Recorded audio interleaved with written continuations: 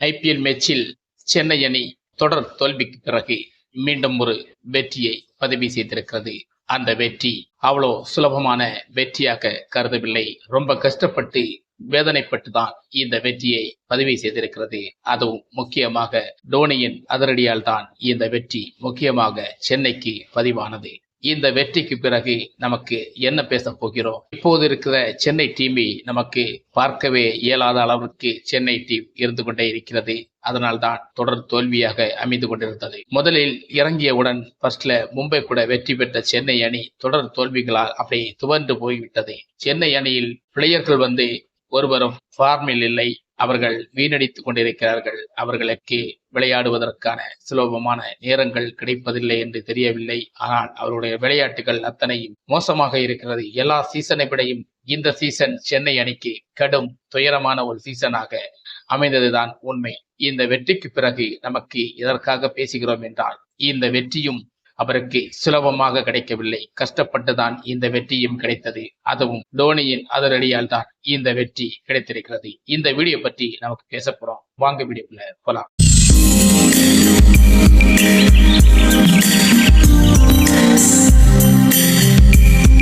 அனைவருக்கும் வணக்கம். மகேந்திர சிங் டோனி எவ்வளோ வயசாச்சு? ஒரு பழமொழி உண்டு, இல்லது ஒரு படத்தில் சொல்லும் ரஜினிகாந்த் வசனம் உண்டு, எவ்வளோ வயசானாலும் என்னோட ஸ்டைலும் அழகும் அப்படியே மாறாதுன்னு சொல்லுவாங்க. அதே போல எவ்வளோ வயசானாலும் என்னுடைய விளையாட்டுகள் கலையரங்கமாகத்தான் இன்னைக்கும் இருக்கும். அதைத்தான் நேற்றைக்கும் அவர் நிரூபித்து மீண்டும் காட்டிருக்கிறார்.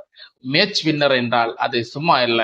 அவர் இருந்த விளையாடிய காலகட்டத்திலும் அப்படித்தான். ஒரு கிரிக்கெட்டில் மேட்ச் வின்னராக அதிகமாக இருந்திருப்பார். அதை மீண்டும் சென்னை டீமுக்காக செயல்படுத்தி கொடுத்திருக்கிறார். இதில் முக்கியமாக ருத்ராஜ் எல்லாம் வெளியே வைத்து விட்டு ரசித் என்ற ஒரு புதிய வீரரை ஓப்பனிங்கு களமிறங்கி நன்றாகத்தான் இருந்தது. ஃபர்ஸ்ட் 6 ஓவர்களில் 59 ரன்கள் அடித்த சென்னை அணி சுலபமாக ஒரு 15 ஓவரில் வென்றுவிடும் என்றுதான் நமக்கு நினைச்சோம். ஆனால் அதுக்கப்புறம் தான் ஆரம்பிச்சது ஒவ்வொரு இடியும் அடியும். அப்படி இருக்கும்போது மேட்ச் அங்கிட்டு இங்கிட்டுமாக கடந்து கொண்டது. திடீரென நினைக்கும் போது லக்னா டீம் தான் வெற்றி பெற்று விடுமோ என்று நமக்கு கணக்குகள் எல்லாம் போட்டுக்கொண்டே இருந்தோம். ஆனால் டோனியின் அதிரடியால் டோனியை வீழ்த்த நினைத்த ரிஷப் பண்டுக்கு எந்த விதமான பலனும் கிடைக்கவில்லை. ரிஷப் பண்டு கடைசியாக அவர் செய்த ஒரே தப்பு, ரவி பிஸ்னோய்க்கு ஒரு ஓவர் இருந்துச்சு. அந்த ஸ்பின் பவுலிங்கே அவர் போட்டிருக்கலாம். அந்த ஸ்பின் பவுலிங்கு கண்டிப்பாக டோனியை அவுட் ஆக்கியிருக்க வாய்ப்பு இருந்திருக்கும்.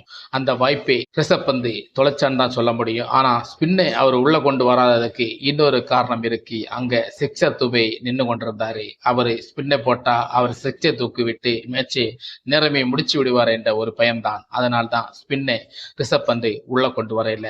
ஆனா சிக்ஸர் துபையும் அங்க ரொம்பவே சொதப்பிட்டு இருந்தாரு. 20 பாலுக்கு 17 ரன் அடித்துதான் சிக்ஸர் துபை. 20 பாலை சந்திச்சா நிச்சயம் 50 ரன் அடிக்கக்கூடியவர் தான் சிவம் துபை. இவரே மேட்சை இப்படி சொதப்பிட்டா மிடில் ஆர்டர்கள் சென்னை அணிக்கு ரொம்ப கடும் மோசமாக இருக்கிறது. அதற்காக இந்த ஒரு வெற்றியை கொண்டாட முடியாது. இந்த வெற்றிக்கு பிறகு மீண்டும் இது போன்ற பல முயற்சிகளை சென்னை அணி எடுக்க வேண்டும். எடுத்தாதான் மீண்டும் ஒரு வெற்றியை பதிவு செய்ய முடியும். சென்னை அணி அந்த அளவுக்கு ஒரு பார்மிலி இல்லை. ஆனா சென்னை அணி தோல்விக்கு பிறகு ஒரு குட்டி நாடு, அதாவது ஆஸ்திரேலியா கூட ஒரு பங்களாதேஷ் டீம் விளையாடினா எப்படி இருக்கும், அந்த அளவுக்கு தான் இன்னைக்கு சென்னை டீம் இருந்திருக்கிறது, இருக்கவும் செய்கிறது. கிட்டத்தட்ட ஒரு 166 ரன்கள் 67 ரன்கள் அடித்தால் வெற்றி என்ற இலக்கை அவர்களால் ஒரு சுலபமாக வெற்றி கொள்ள முடியவில்லை. ஆனால் அதை கஷ்டப்பட்டு தான் ஜெயித்திருக்கிறார்கள், வெற்றி பெற்றிருக்கிறார்கள். இந்த வெற்றி முழுக்க முழுக்க நம் டோனியை தான் சேரும். மேன் ஆஃப் த மேட்சும் அவருக்கு தான் கிடைச்சிடும். ஆனால் இந்த மேட்சை பொறுத்த வரைக்கும் எப்படியோ சென்னை வெற்றி பெற்றது தான் சென்னை ரசிகர்களுக்கு இருக்கிறது.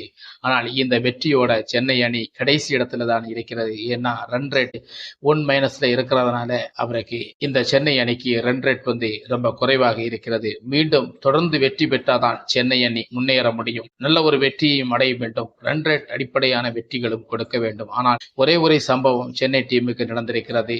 ஓப்பனிங் இறங்கிய 2 பிளேயர்கள் நல்ல ஒரு ஃபார்மில் நல்ல ஒரு விளையாட்டை கொடுத்தது நல்ல ஒரு இதாக இருக்கிறது. சென்னை அணிக்கு இதுதான் ரொம்ப நாளாக மிஸ்ஸிங்கா இருந்தது. அதை செயல்படுத்தி கொடுத்தது மிக நன்றாக இருந்தது. இதே மாதிரி தொடர்ந்து கடைபிடிச்சால் சென்னை அணியால் உள்ள வர முடியும். ஆனால் நம்பிக்கை இல்லதான். இருந்தாலும் சென்னை அணியை பார்க்கும்போது கொஞ்சம் கேள்விக்குறியாகத்தான் இருக்கிறது. சரி, மீண்டும் இது போன்ற வீடியோவை சந்திக்கும் வரை உங்களது விடைபெறுவது பெஞ்சமின். வணக்கம்.